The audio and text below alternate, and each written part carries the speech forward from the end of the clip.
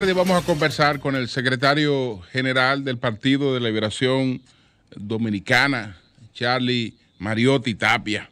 Pero ahora vamos a escuchar de inmediato a José La Luz. Buenos días, José, adelante. Bueno, qué bueno que me avisara contigo. Bueno, señor, buenos días a todos. Prudencia y moderación en la parte de esta Semana Santa que muchos dominicanos y muchos latinoamericanos toman para vacacionar. Obviamente que vamos a estar ahora más limitados los dominicanos por las restricciones en las playas, en los balnearios, que son 238 restricciones de puntos vacacionales que tienen que ver con agua, y el límite de los establecimientos públicos para operar y la prohibición de la venta de alcohol. Eso es clave, porque yo recuerdo en la mitad de la década pasada, yo hice un trabajo sobre los muertos en Semana Santa en República Dominicana, producto de la raíz subdesarrollada nuestra y todo eso. A las personas que mueren en accidentes no se le hacen estudios en accidentes de tránsito y no podemos determinar cuáles sustancias en su cuerpo pudieran estar presentes y pudieron haber sido factor o causa de los accidentes. A lo loco todo. Pero el alcohol y las drogas son clave para disparar los indicadores o el nivel de riesgo en las autopistas dominicanas. Se ha hecho institucional también el tema del carreteo, pero no se hace los días de cuando se viene de las vacaciones, el final. Ya. Y entonces, yo estimo que este año los indicadores mortales van a bajar por las limitaciones de la pandemia. Estamos mejor que el año pasado, porque recuerden que el año pasado fue una Semana Santa nula, la primera vez en mi vida, de 51 años, que yo veía una Semana Santa encerrado en mi casa. Yo nunca había visto eso. Eso nos lo impuso una entidad, un virus que ni siquiera está considerado vivo por la ciencia. Los virus no tienen vida, están activos o desactivados, pero no viven. Bueno, tienen células. Entonces, esta semana uno supone que los indicadores de accidentes van a disminuir. Vamos a ver qué pasa con eso, vamos a esperar y repito, moderación para todos. Entonces, miren, señores, Estados Unidos rindió el informe para los países que forman parte del sistema de Naciones Unidas. Estados Unidos se da el lujo de hacer un informe sobre los derechos humanos de todos los países, obviamente, porque Estados Unidos vive erogando fondos de cooperación para estos países. Nosotros vivimos cogiendo de los cuartos Estados Unidos. Estados Unidos se da el lujo de hacer un informe sobre derechos humanos aquí. Nadie le hace un informe a Estados Unidos de cómo ellos manejan su asunto. Imagínense un informe a Trump, al subhumano, al innombrable. Bueno, los chinos acaban de hacerle uno, José. Los chinos le presentaron uno. Bueno, es decir, ya los chinos le presentaron un informe completo de derechos humanos. Debe hacerlo Centroamérica o Latinoamérica. Y de generadores de inestabilidad en diferentes lugares. Le presentaron lo que es la situación de Siria, de Yemen, a los innombrables Trump y Obama. Bueno, entonces Estados Unidos hace ese informe y en ese informe República Dominicana aparece mal. Hay algunos aspectos que son de orden más subjetivo, que violaciones a la libertad de expresa. Aquí no hay eso no es verdad. Aquí todo el mundo dice lo que le da la gana, a quien le dé la gana y nadie se mete con eso. Pero sí hay algo que a mí me preocupa y es dos aspectos. El tema de la corrupción que sale siempre y el tema de las muertes por intercambio de disparos. Yo he dicho aquí que yo no sé cómo a República Dominicana no le han generado un expediente en una corte internacional. ¿Por qué? Porque las muertes por intercambio de disparos no las puede decidir, no las puede ejecutar, no las puede investigar y no las puede archivar la misma policía, porque eso no es un Estado de Derecho. Todas las muertes por intercambio de disparos tienen que ir a la justicia y que sea la justicia que ratifique el intercambio de disparos. Pero aquí la policía mata a una gente y dice, después que lo maté voy a hacer una comisión para investigar. Y esa comisión, listo, más nunca. Se queda ahí y se olvida con otros temas. Y eso no puede ser. Y por eso, ese fundazo. Otra cosa, el presidente Abinader, si quiere romper con eso, nadie ha roto con eso, porque eso es trujillismo puro. Eso es santanismo puro. Ese santanismo puro, el mismo Santana que fue y pateó el cadáver de Duvergé, eso es lo mismo. Lo mismo. Y todo el mundo, Danilo mantuvo eso, Leonel mantuvo eso, Hipólito mantuvo eso. La misma iglesia que le dice que hay que proteger la vida desde la fecundación, desde el polvo. ¿Sabe de qué puede decir? Mano dura frente a la delincuencia. La misma iglesia. El mismo cardenal López Rodríguez, hay como muchísimas declaraciones del cardenal López Rodríguez diciendo mano dura frente a la delincuencia. Ahora, ¿qué presidente va a romper con el tema de los intercambios de disparos que se quedan en la impunidad? Porque de 10 intercambios de disparos vamos a suponer que 9 son ciertos. Y si hay uno que no es cierto, ¿qué hacemos con la justicia? ¿Dónde pongo lo hallado? Dice Silvio Rodríguez. El Estado de Derecho tiene que investigarlo todo. Tiene que investigarlo. Y tiene que haber una independencia real de poderes, que el presidente Abinader parece comprometido con eso por el comportamiento que ha tenido con el ministerio. Entonces ese informe sobre derechos humanos nos da en la madre y tarde o temprano nos van a hacer un expediente, porque es que son más de 100 dominicanos que mueren todos los años en intercambio de disparos. Puede ser un delincuentazo, pero vive en un orden de derecho. El Estado no se puede comportar como ellos, como delincuentes. Los intercambios de disparos que no se investigan se convierten en un hecho delincuencial doble. Y eso es peligroso. Y es el Ministerio Público el responsable de investigar los intercambios de disparos, no la policía. Es el Ministerio Público. Y tarde o temprano nos van a hacer un expediente. Escríbanlo. Y yo creo que ahí el gobierno tiene muchísimo que hacer.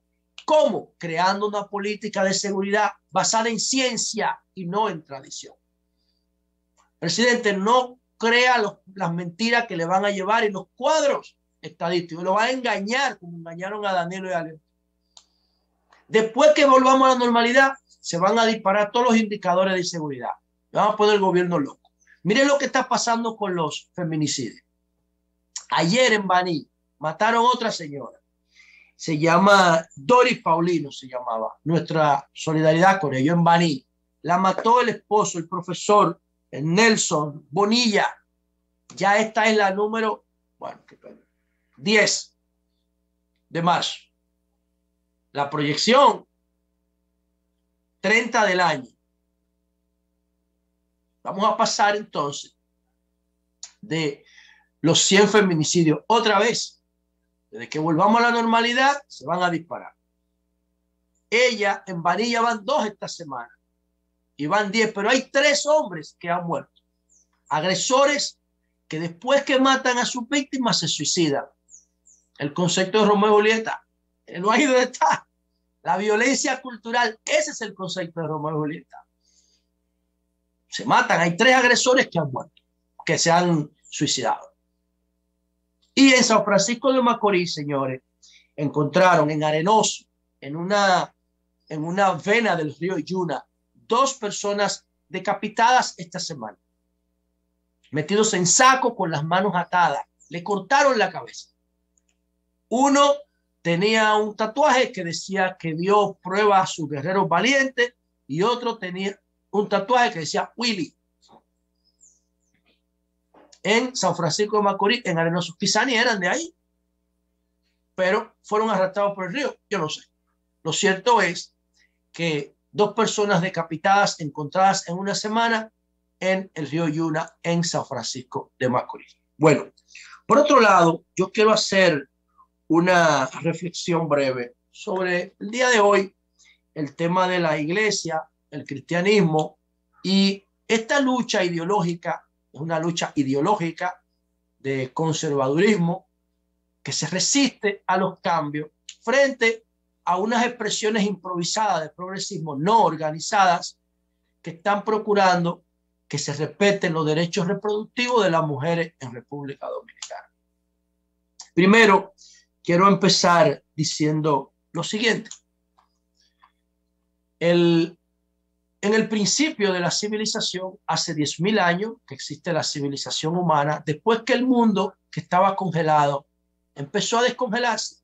La última glaciación se produjo hace 100.000 años. Entonces, esa glaciación paralizó el avance de la vida de los humanos modernos, de los Homo sapiens sapiens, pero también creó las condiciones para que los humanos modernos pudiéramos adaptarnos a los diferentes tipos de clima. Y entonces los que se fueron al norte de África, porque todos venimos de África, de la cuna de la humanidad, donde nació Lucy Australopithecus. Afarense, por la tribu de Afar, o la comunidad de Afar donde ella vivió. Entonces los que se fueron al norte cogieron características físicas distintas. Los que se quedaron en la sabana cogieron características físicas distintas, crearon una capa de melanina para protegerse del sol. Y los que se fueron al norte perdieron, todos estábamos llenos de pelo, perdimos los pelos. Y los que se fueron al norte se pusieron más transparentes para aprovechar el poco sol que había. Y de ahí es que viene la diferencia física de nosotros. Los que se quedaron en la sabana desarrollaron mejor capacidad física para enfrentar el entorno, y los que se fueron al norte crearon mayor capacidad de solucionar conflictos y problemas por los desafíos del clima hostil, frío. Esa es la diferencia, ahí es que viene todo. Entonces, ¿qué pasa? Cuando empezamos a organizarnos como sociedad, las creencias eran las que dominaban el patrón de conducta de los seres humanos. ¿Por qué? Porque en el principio no había ciencia, ni había herramientas, ni había tecnología para conocer la verdad. No había ciencia, no había conocimiento organizado. Lo que había era creencia, interpretación de los fenómenos de la naturaleza y de la mente, de la psicología. No había forma de saber la verdad. Lo que se hacía era que se interpretaba la realidad, y en torno a esa interpretación se hacían consensos. Muchos de esos consensos tuvieron un carácter provisional y fueron desplazados por la científica. Otros se han quedado. Por ejemplo, le voy a poner 2 ejemplos. Ejemplo 1, la visión antropocéntrica que tenía la iglesia. El hombre es el centro del mundo. No. El ser humano es el último que llega a la fiesta de la vida. El ser humano, si lo separamos después de la orden de los primates, el ser humano moderno lo que tiene son 200.000 años, pero la vida tiene 3.500 millones de años en la Tierra. El ser humano es el último que llega a la fiesta de la vida. Nosotros, ahora, por nuestra capacidad, nos pusimos encima de la pirámide de la vida, pero somos los últimos en llegar. Ese virus, coronavirus, que nos está afectando ahora, ese virus tiene 3.000 millones de años. Es un metadato de ADN de 3.000 millones de años. Entonces, esa teoría fue desplazada. O igual la que decía que el Sol giraba en torno a la Tierra y que la Tierra era el centro del universo. También fue desplazada. Ahora, hay otras que no se han podido desplazar y que se mantienen ahí. Por ejemplo, el tema de Eva, que yo digo que ese mito, porque no hay ninguna evidencia de Eva, no lo va a ver, no hay ninguna evidencia de Jesús, que voy con Jesús al final, científica no la hay. Y Eva, que no hay una prueba científica de ella, que todo el mundo sabe que eso es un mito. Entonces, ese es el concepto de mujer que se ha vendido en Occidente. Y por eso la iglesia tiene un patriarcado. Porque en Génesis dice que el hombre se enseñorea sobre la mujer. Y la iglesia católica debe ser la única institución en Occidente que configure un patriarcado. Ya el patriarcado no existe en ninguna parte en Occidente. En el único sitio que existe, la única institución creo yo, puede aparecer otro por ahí, yo no lo he visto, en la iglesia. Dios es hombre, su hijo es hombre, el papa es hombre, el cardenal es hombre, el obispo es hombre y el sacerdote es hombre. Las 6 estructuras jerárquicas del cristianismo son hombres. Eso se llama patriarcado. Ahí la mujer no puede hacer nada, solo servir. Y mientras nosotros tengamos ese patrón cultural, olvídense, mañana pueden modificar el artículo 37 o incluir las 3 causales. No importa, es la cultura. Por eso yo le digo a las mujeres que están en los alrededores del palacio, tienen un error estratégico de enfoque. Tienen que ir a donde Monseñor Soria. Ahí es que tienen que ir. Sin violencia, sentarse con él y explicarle esto que yo le estoy diciendo. No importa que lo diga quien lo diga, eso es. Es el patrón cultural enquistado en la iglesia, en Génesis capítulo 3, que tiene la situación de hoy.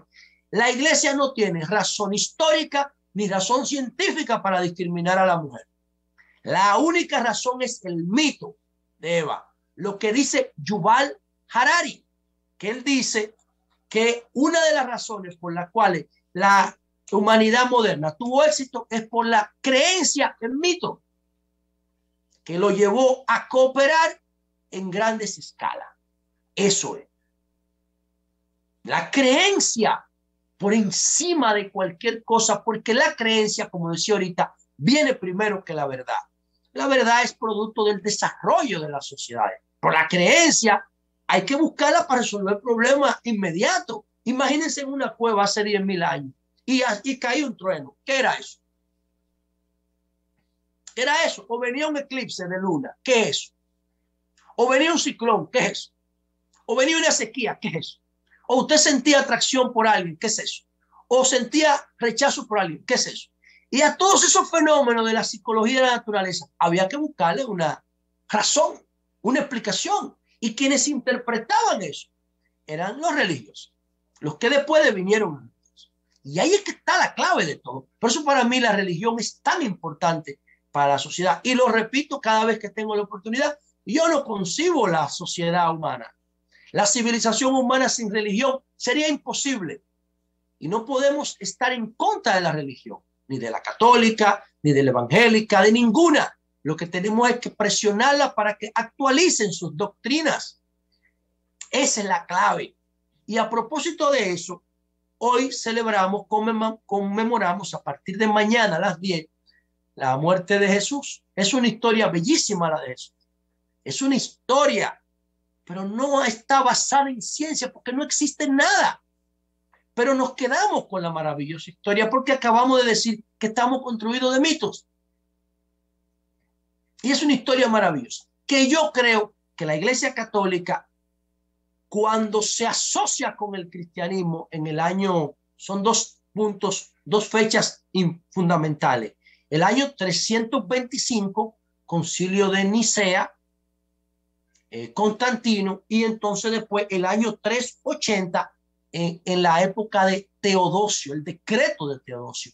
En 50 años después es que ya oficializa la Iglesia Católica como religión oficial del imperio. Que oigan lo que pasa.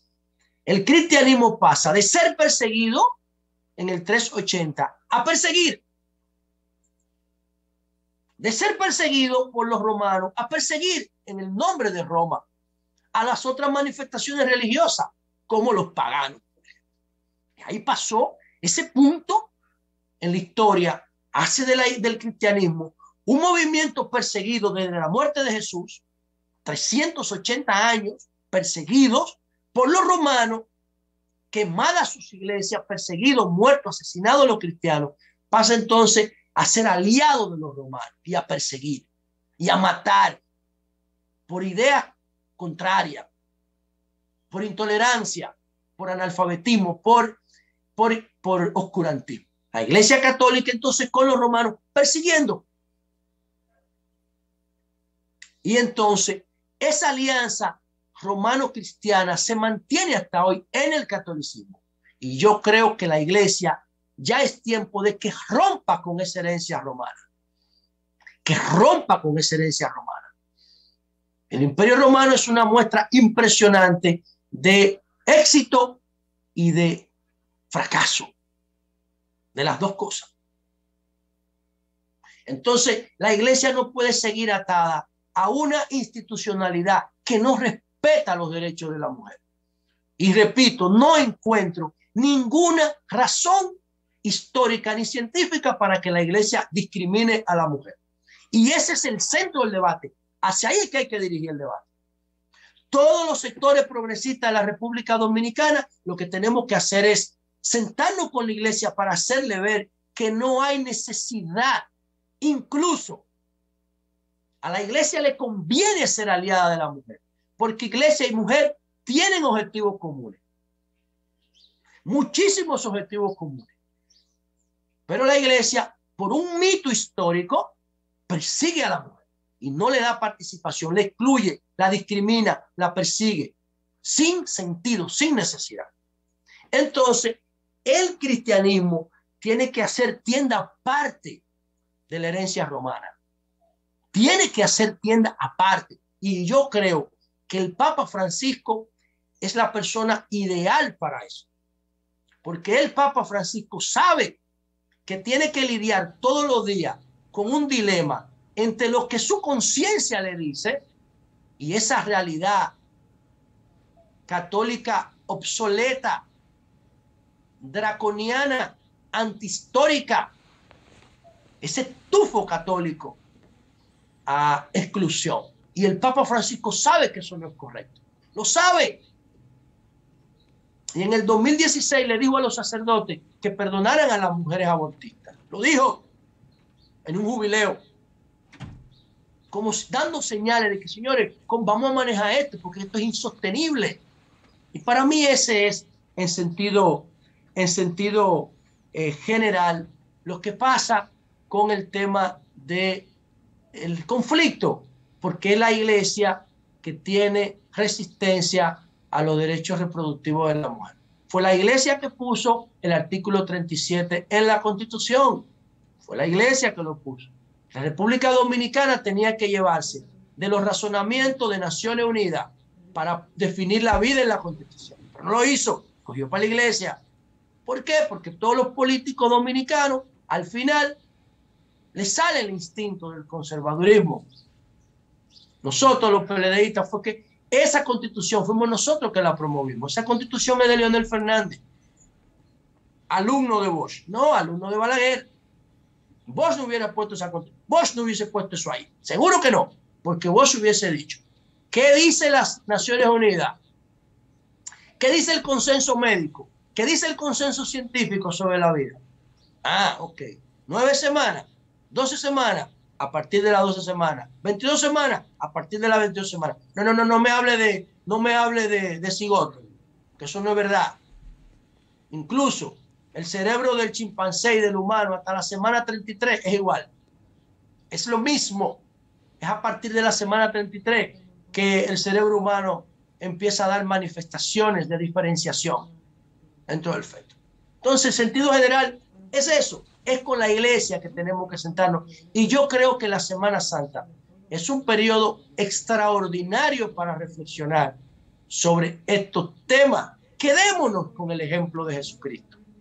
Pero con el ejemplo de Jesucristo, el que vamos a ver en la pasión de Cristo. Ahora, todos los años yo la veo. Lo veo todos los años y le encuentro cosas nuevas y chulísimas. ¿Qué hubiese dicho Jesús? Vamos a ponernos en este caso para cerrar. ¿Qué hubiese dicho Jesús de las 3 causales? Si las mujeres van y le plantean a Jesucristo, Señor, nosotros queremos que se reconozcan nuestros derechos reproductivos. ¿Qué hubiese dicho Jesús? Ese Jesús que Eury describía ahorita, a su conveniencia. El piadoso, el del perdón, el del entendimiento, el de la nobleza, el de la justicia, el de la misericordia. ¿Qué hubiese dicho Jesús si las mujeres le hubiesen pedido que considerara el respeto por sus derechos reproductivos? Esa es la clave. Y yo estoy seguro que Jesús hubiese dicho la verdad científica, no el mito, no la mentira, no el retorcimiento, no el engaño. La iglesia no tiene motivo para nada de eso. Al contrario, tiene que ver a la mujer dominicana y del mundo como su aliada fundamental en los desafíos del siglo XXI. ¡Cambio y fuera!